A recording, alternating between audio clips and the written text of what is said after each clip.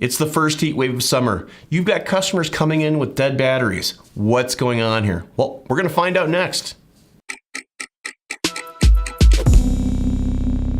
This Maintenance Minute is sponsored by AutoValue. Visit us online for more information. It's the first glorious heat wave of summer. The first batch of temperatures over 80, 90 degrees. And you've got people showing up at your shop with dead batteries. So what's going on here? Some batteries may have survived the winter, but the heat and stress of summer can quickly kill them and prevent them from producing the amount of amps needed to run the vehicle and start the vehicle. Think about it. Summertime, you've got air conditioning, you've got cooling fans, and other loads on the vehicle that can quickly kill a battery. So, once you replace that battery, check out the electrical system. Look for any undue drains. Also, look at the condition of the alternator to make sure it's putting out enough amps to charge the new battery. I'm Andrew Markel. Thank you very much.